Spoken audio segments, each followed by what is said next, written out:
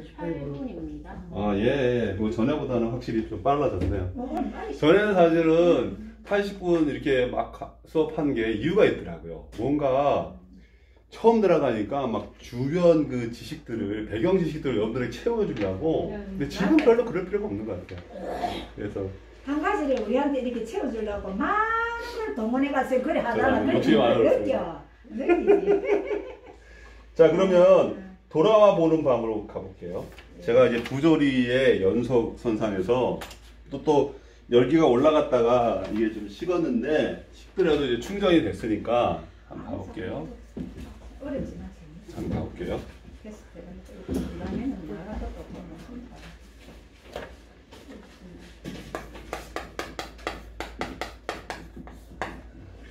자, 돌아와 보는 밤이요. 그 1941년 6월에 쓴 시예요. 그리고 한 칸만 넘겨볼게요. 한 장 넘기면 서시는 1941년 11월 20일에 쓴 시예요. 서시에 대해서는 그러니까 무슨 말이냐면 돌아와 보는 밤은 윤동주의 하늘과 바람과 별과 시 안에 있는 시라는 겁니다. 요거만 잠깐 보시고요. 자, 그러면 그냥 한번 봐볼게요. 요건 이제 우리 수업 때는 처음 보는 거니까요. 세상으로부터 돌아오듯이 이제 내 좁은 방에 돌아와 불을 끄옵니다. 불을 켜두는 것은 너무나 피로로운 일이옵니다. 그것은 낮의 연장이었기에. 뭐 기도 같죠?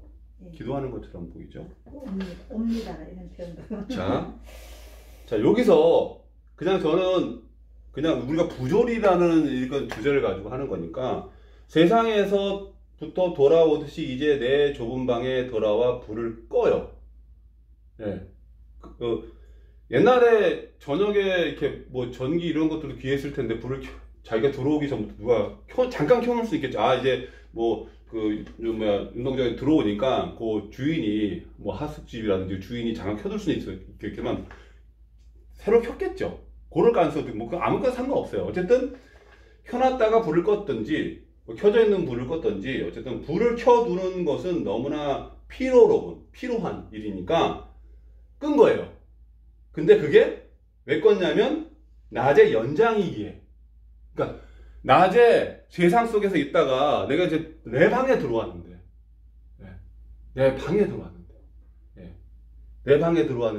낮의 연장의 불빛을 똑같이 하는 것이 아니라 꺼서 세상과 단절하는 거죠. 한마디로 말하면 단절해버리는 거예요. 그게 그냥 생각해보면 정말 세상살이 그냥 힘드니까 일반적인 해석으로요. 혼자 좀 조용히 고독하게 있고 싶다. 고독하던 아니면 마음을 안정시키던 있다라는 거고요. 자, 부조리라는 조를 좀 생각하시면서 이제 창을 열어 공기를 바꿔 드려야 할 텐데 밖을 가만히 내다보아야 방황과 같이 어두워 꼭 세상 같은데 비를 맞고 오던 길이 그대로 빛 속에 젖어 있사옵니다. 그렇죠? 자, 아까 봐보세요. 이제 창을 열어 공기를, 그러니까 한참 있었다는 거예요. 그러니까 문 열고 딱 들어왔는데 바로 이제 창을 열고 딱 한 것이 아니라 혼자 오래 있으니까 좀 깝깝하거나 공기를 좀 순환시키거나 그러려고 이제 열어야 되는데 하니까 세상에 어두운 게 똑같아요. 그쵸? 그 다음에 내 오던 길 같이 그대로 빛 속에 젖어 있어요. 무슨 말이냐면 단절을 해도 단절할 수 없는 현실을 얘기하는 거죠. 그러니까 자기는 세상과 좀 단절하고 싶은데 불가능함을 얘기하는 거예요. 부조리 갑니다. 부조리요. 그렇지 않나요? 자기가 부조리에서 벗어나고 싶어도 부조리에서 벗어날 수 없어요. 여러분들, 내가 잠시 이거 선거 결과 마음에 안 들어가지고 핸드폰 꺼놨다고 해서 그 핸드폰을 영원히 꺼둘 수는 없는 거죠. 그렇죠? 마음에 안 드세요? 네? 마음에 안 드세요? 그냥 슬퍼요. 그냥 여기까지 맞추라. 자, 그 다음에 3년으로 가볼게요. 하루의 울분을 씻을 바 없어. 가만히 눈을 감으면 마음속으로 흐르는 소리. 그거요, 이렇게 보시면 요렇게 마음속으로 흐르는 소리를 요렇게 해서요. 요렇게만 좀 표시 좀 해주세요. 비금을 쳐주세요. 마음속으로 흐르는 소리. 봄이라는 시가 있어요. 뭐 두세 편 저기 있는데 그 강처중이라는 사람을 기억하시죠? 강처중이라는 사람은 누구냐면 그 윤동주가 죽은 이후에 48년인가 다시 이제 윤동주 시집을 낼 때 정병욱 후배 정병욱이 가지고 있었던 이제 그 윤동주 필사본 19편 그리고 나머지 이 서시 이후의 이 나머지들 여기 뒤에 보면 참외록도 강처중이 갖고 있었던 거를 우리가 볼 수 있던 겁니다. 그리고 강처중은 다시 한번 이야기하지만 일본에서 윤동주가 겉봉은 어쩔 수 없이 일본어로 써야 되죠. 그래야지 오니까. 안에는 한글로 다 쓰죠. 거기서 시 5편을 강처중이 보관해놨다가 거기서 마지막 편인지 그때인지 어쨌든 여기 윤동주 전조의 마지막에 있어요. 마지막에 봄이라는 시가 있어요. 이 봄에 대한 시 해석은 제가 다음 시간에 다다음 마지막에 할게요. 그래서 지금은 요거는 해석을 안 하고요. 마음속으로 흐르는 소리. 이제 보세요. 이제입니다. 자, 단절된데 단절이 불가능한 걸 알았어요. 이제 사상이 능금처럼 저절로 익어가고 나요. 한 개인이요. 이 부조리라는 건요. 어쨌든요. 뭐예요? 부조리는 뭐, 이 세계가 부조리하다는 거예요. 구체적으로 하면 그게 종교일 수도 있고요. 기독교라고 할게요. 기독교인이었으니까요. 그리고 뭐 제가 감히 윤동주 시인이요. 기독교에서 완전히 벗어나서 비기독교인이 됐다고 제가 말하지 않습니다. 그가 기독교에 비판적 사고를 해서 갑자기 팔복을 쓴 것처럼요. 그런 것만 얘기하는 거지 제가 이 기독교인이 아니라고 얘기한 적은 없습니다. 그건 제가 윤동주 시인이 아닌 이상 어떻게 말할 수 있는 건 아니에요. 어쨌든 이 세계 기독교 종교일 수도 있고요. 그 다음에 지금 우리가 당면한 이 역사적 현실일 수도 있고요. 이 사회에 부조리일 수도 있고요. 많겠죠. 많을 거예요. 그런데 개인은요, 여러분이 중요한 겁니다. 제가 뒤에 가서 말하려고 했는데, 개인은요, 이 부조리를 느끼는 건요, 기독교 안에서 기독교가 느끼는 거 아니에요. 역사적 지배자들이요, 이 질서 속에서 거대한 역사가 부조리를 느끼는 게 아니라고요. 실존주의의 핵심은요, 개인이에요, 개인. 그걸 느끼는 건 개인입니다. 그 개인이 또 모여가지고 집단을 이루면요, 그 안에서 또 부조리가 발생하겠죠. 그리고 그 안에서도 또 새로운 사람들이, 깨어있는 사람이 나타나서 또 부딪히겠죠. 맹자식으로 말하면, 맹자 공부 제가 거의 한 1년, 지금 도파를 하고 있는데, 일난일치의, 그렇게 저는 세상을 보고 있지는 않지만, 어쨌든 일난일치의 세계라고 역사를 보거든요. 어쨌든, 그렇게 가는 거죠. 어쨌든, 개인이라는 거예요. 그 부조리를 느끼는 건 개인. 그 정점에는 사실은 윤동주 같은 시인이 있겠죠. 개인들 속에서. 아주 민감하게 반응하는. 근데, 봐보세요. 어떻게 했어요? 사상이 능급처럼 저절로 익어가면 자기가 할 수 있는 건 이거라는 거예요. 자, 세상 속에서 있다가 단절하고 싶어. 근데 세상은 하나도 변한 게 없죠. 단절 불가능하잖아요. 사실은 이번 선거 결과 마음에 안 드셔도 개인적으로 해결하셔야 됩니다. 이런 분들은 들어가 안 되는 거지. 어쨌든 그런데 그래서 빨간색 입고 왔어요? 사람 어떻게 취급하노?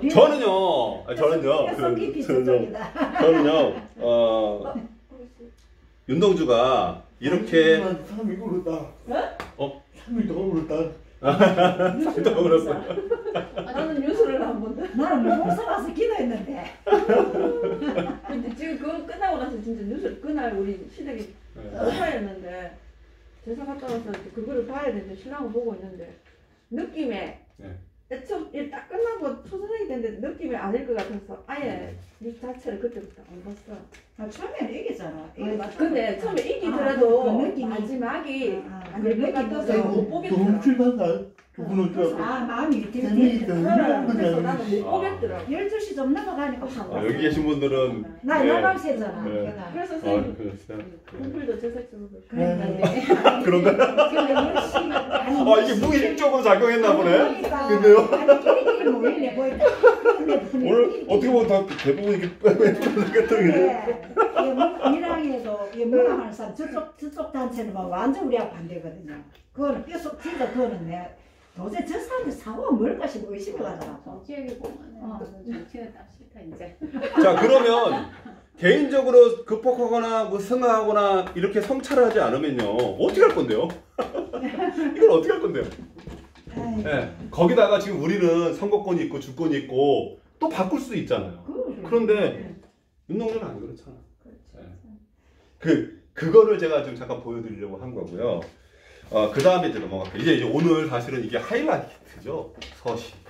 그 다음에 참여록이 하이라이트인데 이제 계속 이제 뭐 부전이라는 거를 단어를 계속 떠올리면서 가셔도 됩니다. 자기가 봐볼게요. 일단 서시는요. 서시는 제목이 원래 서시가 아니었어요. 네, 알고 계시죠? 뭐 이게 초기에 이제 수업을 안 드시면 모를 수 있는데 서시는 서시라는 제목으로 있지 않습니다. 처음 무제 제목이 없었어요. 무제였다는 거예요. 그런데 여기서 먼저 이제 이 서시를 읽기 전에 그럼 왜 서시라는 이름이 지어졌느냐? 그리고 이 서시는요, 그 윤동주가 이제 필사한 것에 맨 뒤에 있었어요. 그러니까 그 가장 뒤에 윤동주가 써놓은 거예요. 그러니까 대체적으로 하늘과 바람과 별과 시 19편은 서시보다 앞에 있는 시들이에요. 같은 거의 비슷한 시기에 써요. 좋거나. 요 점을 알고 계셔야 돼요. 자, 그러면 서시에 대한 제가 왜 얘기를 요 제목부터 얘기하냐면, 자, 보세요. 우리가 글을 쓸 때 서론이라는 게 있죠. 서론. 서두, 뭐 서론, 뭐 프롤로그 뭐 이런 게 있잖아요. 사실은 서론은요, 원래 서론은 대체적으로요, 글을 잘 쓰시는 분들은요, 본론 다 쓰고 뒤에 가서 정리합니다. 네. 왜냐하면 글 쓰다가 자기가 자연스럽게 갖고 생각도 조금 바뀔 수도 있고 정리하면서 쓰고 나서 그거를 딱 써야지 먼저 딱 해놓고 이게 쓰려고 그러면 이게 잘 안 돼요, 사실은요. 그러니까 어쨌든 그런 건데 일반적으로 그렇다는 얘기인데 보시면 자, 우리가 책 제목이 뭐냐면 이게 하늘과 바람과 네, 별과 시잖아요. 그렇죠? 그 다음에 서시는 이제 일단 우리는 제목이라고 하고요. 그 다음에 나머지 19편에 본 시가 가잖아요. 요게 인식 가운데 딱 서시가 서시를 쓰기 위해서는 빨간색으로 여기 있는데 요것만 가지고 얘기하는 거예요. 그러니까 서시는 하늘 제목이 하늘과 바람과 별과 시. 우리가 예를 들면 아빠라는 제목으로 글 쓴다 그러면 서론에 아빠에 대한 대략적인 설명이 있겠죠. 다시 말해서 서시는 하늘이라는 것, 바람이라는 것, 별이라는 것, 시에 대해서 조금 더 보충 설명해 주는 거예요. 네. 무제인 서시는요. 그래서 자, 그러면 다시 해볼게요. 19편에 본시가 있죠. 그러면 이 서시는 본시에서 하늘과 바람과 별과 시가 쓰였을 거 아닙니까? 그쵸? 이 서시는 본시에 하늘과 바람과 별과 시에 대한 미리 안내해 주는 거예요. 그래서 제가 지금 말하려고 하는 거는 서시는 완결된 형태의 시가 아니라는 거예요. 제목에 뒤에 붙은 서시라는 것은 무제였기 때문에 서론으로 본다면 완결된 시로 보면 안 된다는 거예요. 근데 볼 수 있죠. 그건 본 사람이 마찬가지지. 근데 완결된 시로 보지 말고 좀 봐야 되는데 이걸 완결된 시로 보려고 하는 사람들이 이 서시를 가지고 뭐 그러면 이것도 말하면 안 되는가? 이거를 조금 뭐 시의 완결성이 떨어진다 이런 얘기를 하면 안 돼요. 근데 스시 그러니까 윤동주가 네. 그거를 서시란 제목을 붙이지도 않았고요. 그렇죠? 네. 그 뒤에 붙였다는 거예요. 그래서 또 이거를 하늘과 바람과 별과 시라는 시집을 가지고 오게 되면 사실은 대부분 일반 사람들은 그래서 착각을 좀 할 수 있는 거죠. 그래서 사실은 저는 일반 사람들한테 뭐 다 설명할 수 없어도 학교에서 선생님들은 한 번쯤 서시를 다룰 수 있는 6년 뭐 초등학교 때는 별로 안 하니까 이런 얘기를 잠깐만 해줘도 아 서시가 그런 거구나 그게 좀 봤으면 좋겠는데 그게 아시긴 하면 뭐 어쩔 수 없는 거지만 선생님들 모르니까 못 가르치는 거예요. 글쎄요 뭐 네. 그런지 모르겠는데 시에 대해서 모르니까. 이게 서시는 그런 특징을 갖고 있다는 거예요. 네. 그래서 서시에 보면요 봐보세요 죽는 날까지 하늘 나오잖아요. 하늘 나오잖아요 여기 하늘. 네. 하늘. 그래서 서시에 하늘이 나오는 거예요. 그 다음에 한 점 부끄러움 없게 입새에는 바람 나오잖아요. 바람. 딱 순수대로 나와. 네. 그 다음에 나는 괴로워했다. 별을 노래하는 마음. 별 나오죠. 네. 노래하는 마음으로 모든 중앙을 사랑해 주시는데 그럼 시는 어디 있어? 노래 나왔죠. 노래. 노래. 별을 노래하는 노래가 있잖아요. 그 시가 나와 있는 거죠. 기가 막히지 않나요? 네? 서시라고 붙인 건 잘한 것 같긴 한데 어쨌든 예. 그래서 그러면 자 다시 나가 볼게요. 그러면 서시에서 말하는 하늘과 바람과 별과 시를 본문에도 적용해보고 본문에 있는 하늘과 바람과 별과 시를 서시에도 적용해보면서 시를 이해해가면 보다 더 깊이 있는 이해가 되겠죠. 그거는 여러분들의 역할입니다. 예. 제가 여태까지 한 주에서 그 안에 있는 시도 있긴 하지만 그동안에 있는 걸 가지고 여러분들이 하되 제가 두세 번 수업 시간에 뭐 한두 개는 제가 이제 느낀 거 제가 뭐 하겠지만 이렇게 이해해야 된다고요. 이 스시에 대해서 이런 공부를 하니까 내가 정말 이거 앞으로 좀 써먹을 수가 있겠다 싶다. 그래서 정말 감사합니다. 대신 저기 밀양에 그 멀대같이 시꺼먼 그 사람 하나 있는데 걔가 이런 얘기를 좀 하더라 이런 얘기만 좀 해주세요. 왜냐하면 원 저자는 얘기를 해줘야지. 지적 재산권을 저는 그냥 돈을 안 받을 테니까. 자 그러면요. 그러면 이 서시를 가지고 제가 하나하나 더 해석하는 건 별 의미가 없어요. 그런데 짚고 넘어가야 될 것이 있어요. 자 봐보세요. 죽는 날까지 하늘로 한 점 부끄러움 없기를 입새이는 바람에도 입새이는 바람이라는 거는 뭐 바람에 이렇게 일렁이는 입새겠죠. 근데 요거는요. 자 이제 한번 보세요. 바람이 불어서요. 이파리가 잎이요 이렇게 흔들리죠. 그러면 이건 우리가 물론 뭐 시각적인 이미지 보통 회화적 이미지라고 얘기를 하잖아요.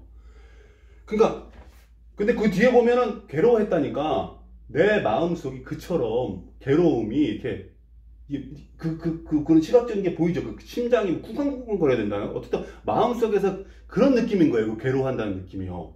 이게 여러분들한테 어떻게 다가가는지 모르는데 저도 그 표현을 못 하겠어요. 이런 어떤 부끄러움을 경험했을 때 쿵쾅쿵쾅 거리는 거. 이런 거 있다 이런 거. 제가 그 옛날에 제가 옆집에 할머니가 구멍가게를 했는데 갑자기 까자가 먹고 싶어 몰래 훔쳤거든요. 그때 이거는 살랑살랑이 아니구나. 막 쿵쾅쿵쾅이구나. 이거 표현을 잘못했네. 잘못했네 이거. 어쨌든 그런 어떤 그런 거예요. 어쨌든 살랑살랑 흔들리는데 봐보세요. 살랑살랑 흔들리면 여기 주기가 있죠. 그 짧은 순간인 거예요. 그러니까 시간도 우리가 표현해냈다고 보는 게 맞아요. 순간. 그러니까 시각적으로 흔들림도 보이지만 여러분 그 시간이 요 짧은 순간으로 표현할 수도 있을 것 같아요. 제가 이해하는 방식입니다. 그러니까 시간 플러스 시각을 합하면 온전히 이 괴로워함을 이 순간 윤동주가 정말 이 19편의 시던 그의 모든 시던 순간순간 이 괴로움이 나타나 있다면 그리고 그의 삶 속에서 그런 게 증명된다면 또 볼 수 있지 않나요? 그렇게 볼 수 있다는 얘기입니다. 자, 그 다음에 나는 괴로워했다. 별을 노래하는 마음으로 모든 죽어가는 것. 이 죽어가는 것이 뭘까요? 자, 여기서 자, 일반적인 학교에 가면 이런 얘기를 하죠. 저도 학교 선생이었었기 때문에 자, 여기 죽어가는 것 딱 하고 첫 번째 얘기하죠. 애들이 죽어가는 거 그 시간적인 흐름에 따라서 그 시간적 흐름에 따라서 뭐 주거하는 많잖아요. 예, 뭐 좀 있으면 벚꽃 필 텐데 그러면 벚꽃도 떨어질 거고 그렇죠? 그리고 뭐 저 벚나무도 뭐 몇백 년 갈지는 모르겠지만 어쨌든 가서 죽잖아요. 아 그러면 저는 이런 생각을 해요. 와, 전 지구적으로, 전 우주적으로 모든 걸 다 죽어가는 것을 개호하는 윤동주가 가능한가? 어쨌든 우리는 그렇게 설명을 해요. 예, 그거 잘 모르겠어요. 어쨌든 뭐 근데 이렇게 해버리면 시가 좀 제가 보기 더 좁아지는 것 같아요. 근데 이렇게 생각할 수 있어요.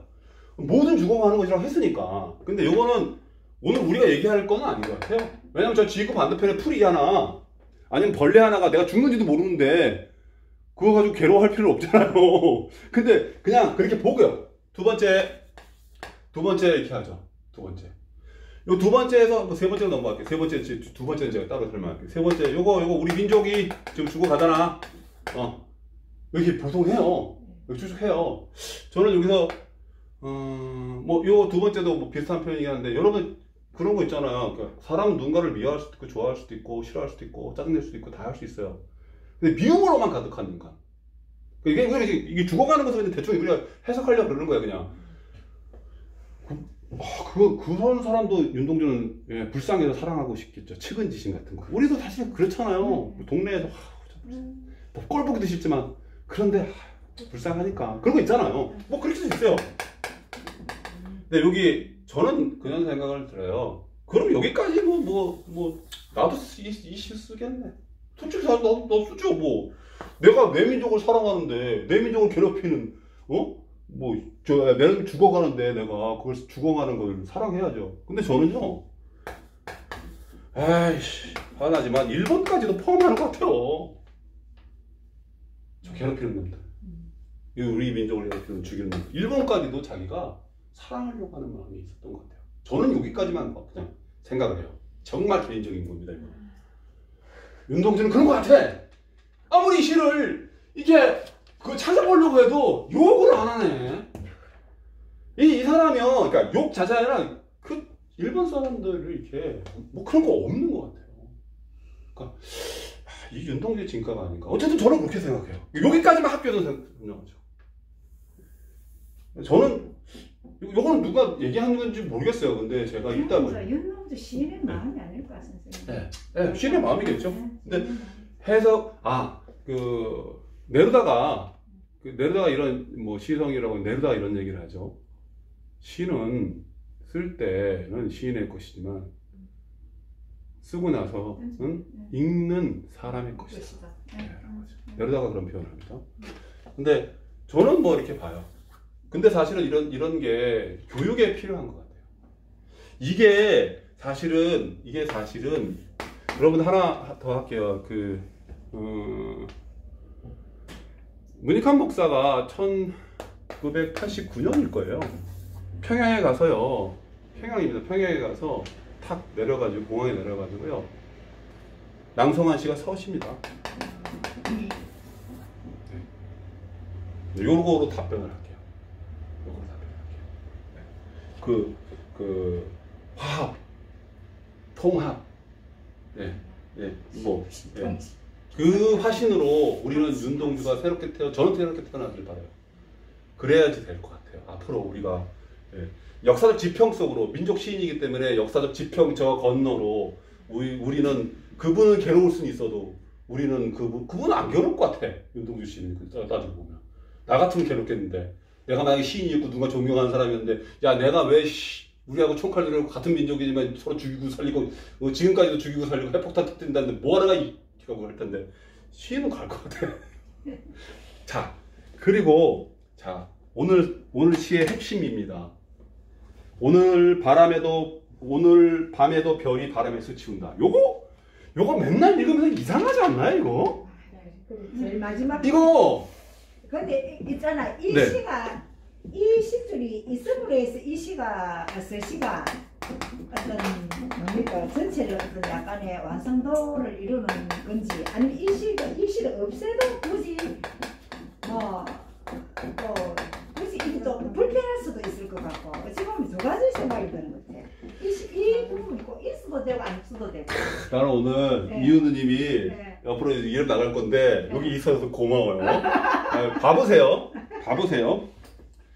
지금 세 번째 해에 바람이 나오죠. 그 바람과 이 바람은요 차원적으로 달라요. 다르지. 근데 봐보세요. 이게 봐보세요. 자, 문법적으로 볼게요. 이거는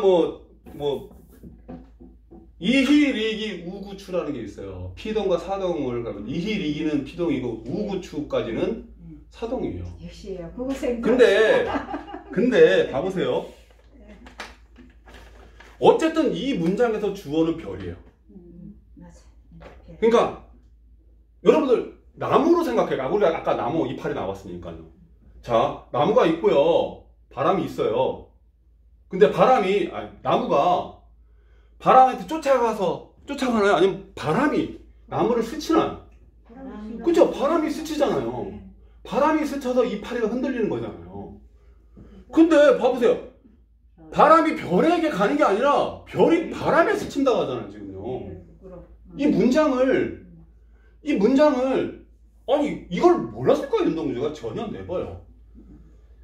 그 주시경 선생의 제자가 최현배고요. 최현배 선생이 제자가 윤동주입니다. 우리말을 연구하신 분들 최고의 학자들이잖아요. 이제 주시경 선생이 잠깐 딴 길로 빠져볼까요? 네. 네, 잠깐 재밌는 얘기인지 모르겠다. 저도 이거 도월 선생님 강의를 들으면 이게 내가 제대로 기억하는지 모르겠어요. A, B. 우리가 어땠는가에 대해서 단적으로 구한말 그다음에 일제강점기 요 시기 때 우리 민족이 어떤 상황이었는가를 단적으로 보여주는데 주시경 선생이 이제 어렸을 때요. 이제 학교에 가는데 학교 선생님이 수학 선생님이겠죠. 여러분들 이거 알잖아요. 이렇게 대각선 이렇게 됐을 때 요 각도하고 요 각도가 같잖아요. 네. 같죠, 그죠? 근데 주시경 선생한테 요거 각도하고 같은 걸 증명해보라고 그랬대요. 증명을 해보래요, 증명. 그래서 주시경 선생이 어렸을 때니까 같잖아요. 이렇게 했대요. 얘가 도어가 똑같이 하는 거, 이렇게도 갖고. 야, 그거는 증명이 아니지. 논리적인 증명은 아니지. 그건 네가 보여주고 네가 이렇게 생각하는 거 보여주는 거 증명을 해보라는 거예요. 그래서 오늘 막 갔다 와서 고민해보고 증명을 해보라고 했더니 이제 와서 도대체 증명을 못하는 거 이게 뭐 사실 이런 걸. 그러고 말았어요. 근데 선생님이 이제 증명을 하는 거죠. 자, 요거를 C라고 하자. 그러면 요거는 180도 맞잖아요. A 플러스 C는 180도잖아요. 그쵸? 그러면 여기서부터 여기까지도 B 플러스 180. 우리 사람들이 몰랐다는 얘기예요. 그러면 C는 지워도 돼, 안 돼? 딱 지웠대요. 그러면 A하고 B는 같아, 안 같아? 증명이잖아요. 꼭 수학적으로 풀어야 돼. 그러니까 무슨 말이냐면 네. A, B가 같잖아요. 그쵸? 네. 그때 주시경 선생님이 놀래가지고요. 야, 내가 지금까지 배워왔던 걸 가지고는 지금 우리의 민족의 문제를 해결할 수 없겠다 싶어서 그렇게 해서 공부를 시작하셨대요. 왜? 무슨 공부? 저 서양놈들 공부. 왜? 이것 여러분들 1 더하기 1이 2라는 공식은요 1과 1이 완전히 같다라는 거잖아요. 근데 완전히 같은 게 어딨어요? 나를 복제한 또 누가 있다도 완전히 같지 않습니다. 불가능합니다. 근데 약속을 해놓고 2를 만들어 버리잖아요. 그래서 얘네들이 뭐 기하학이든 수학이든 그래서 과학기술을 발전시켜 버리는 거죠. 그래서 우리를 역전시켜서 잡아먹은 거잖아요. 갑자기 왜 얘기 내가 나왔지?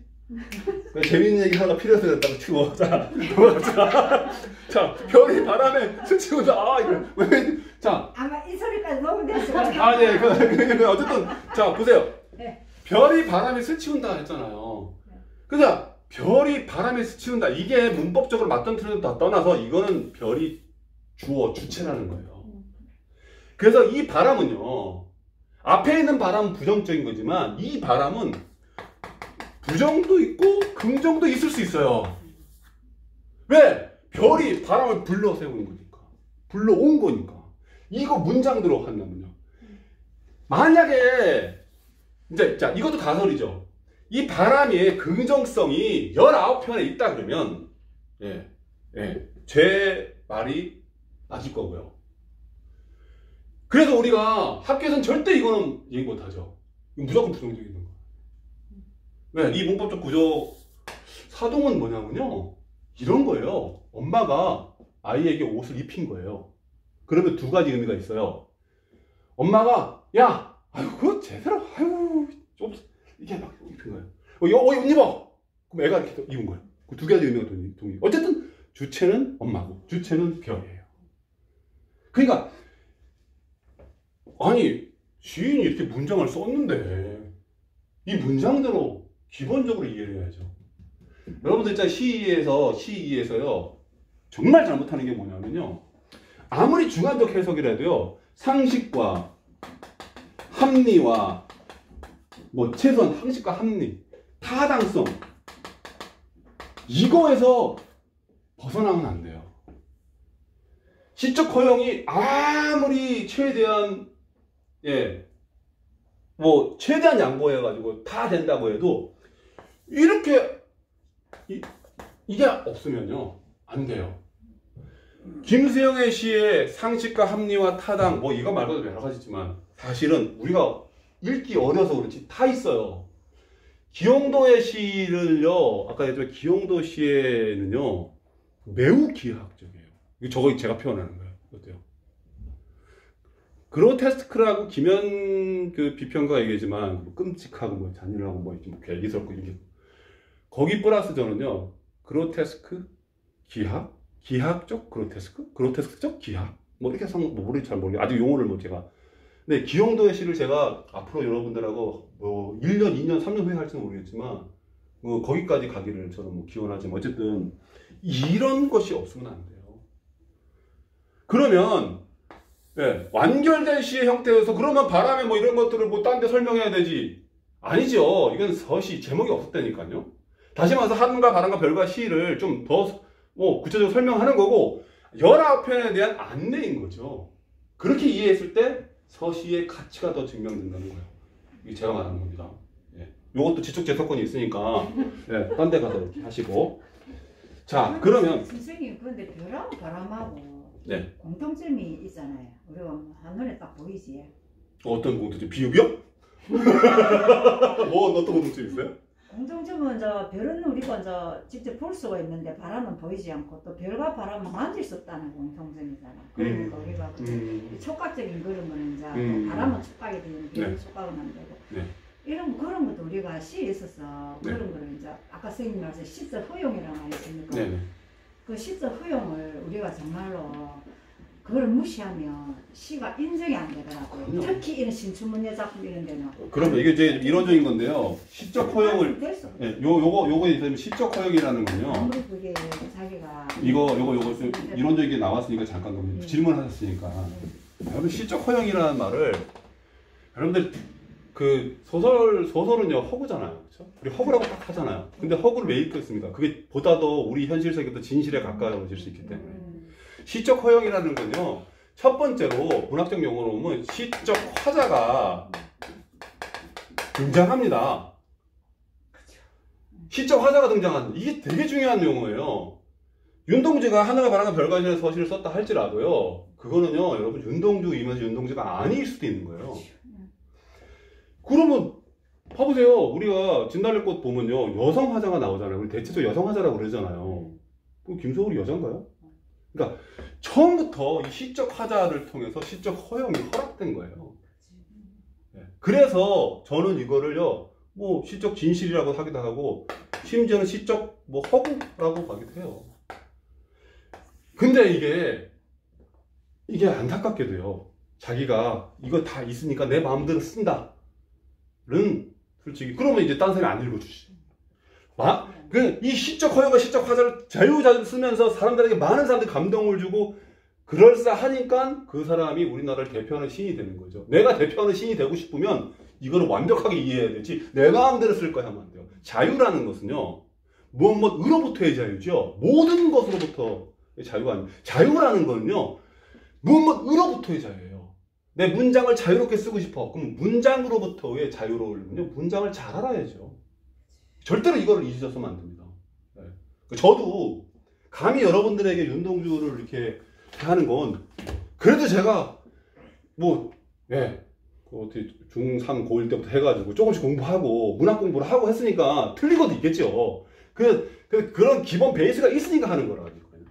그게 없으면 예, 시적 허용 아무데나 집어넣으면 안 됩니다. 그리고 거꾸로 얘기해서 자기가 좀 시인이라고 쳐요. 예, 남들 앞에서 시인이라고 대우받고, 근데 남들한테 이거 함부로 쓰면 안 되라고 함부로 그 시를 가지고 있잖아요. 한 사람의 시를 가지고요. 이제 막 공부하는 시인일 수도 있고 습작하는 사람들도 있잖아요. 함부로 까는 것도 안 돼요. 시인하고 시인의 동등한 어떤 능력, 예를 들면 정지용과 정지용의 제자가 여기 김서울이니까 누구를 할까요? 비슷한 사람.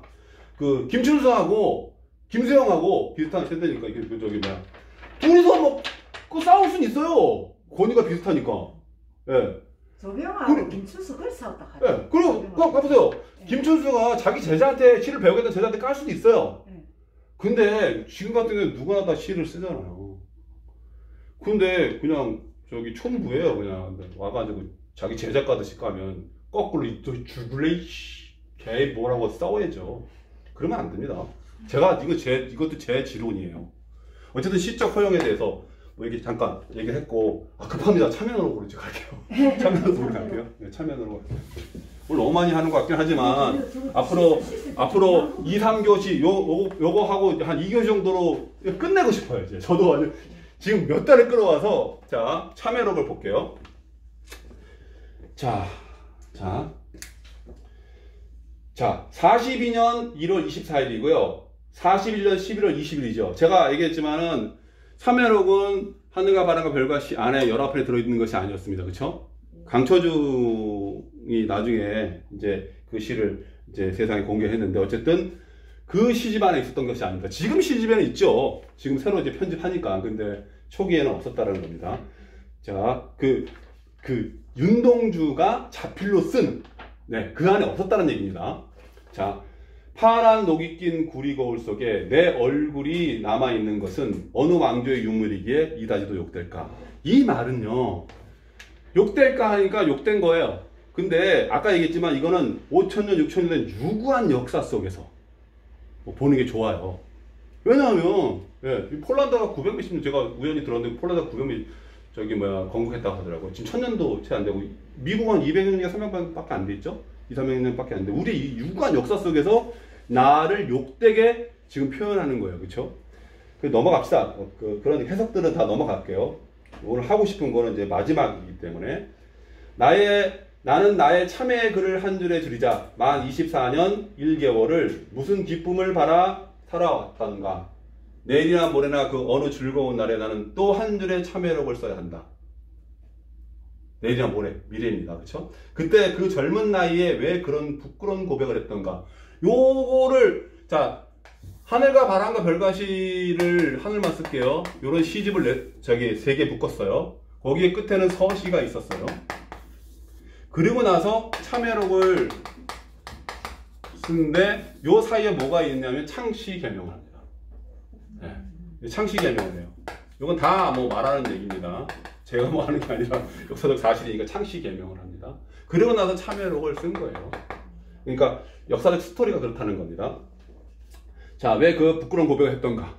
나중에 하면 뒤에가 이거는 분명히 후회할 일인데. 근데 여러분들, 아까 제가 그래 여기 이거 꼭지점 해가지고 했잖아요. 그래가지고 최인배 선생님한테 배워보기 했었잖아요. 배워야 되겠다 라는 게 굉장히 절실한 거였습니다. 이때의 지식인들에게, 젊은 사람들에게. 아무리 부끄럽다 할지라도요, 선진 문명을 거기 가면 배울 수 있으니까. 선진 문화, 그것이 문학이든 그것이 예술이든 그것이 기술이든 가야만 하는 거죠. 사실은 일본도 그랬잖아요. 자기 쳐들어온 미국에 유학 가고 많은 사람들이. 그래서 미국 거 배워가지고 제국주의의 꿈을 이뤘잖아요.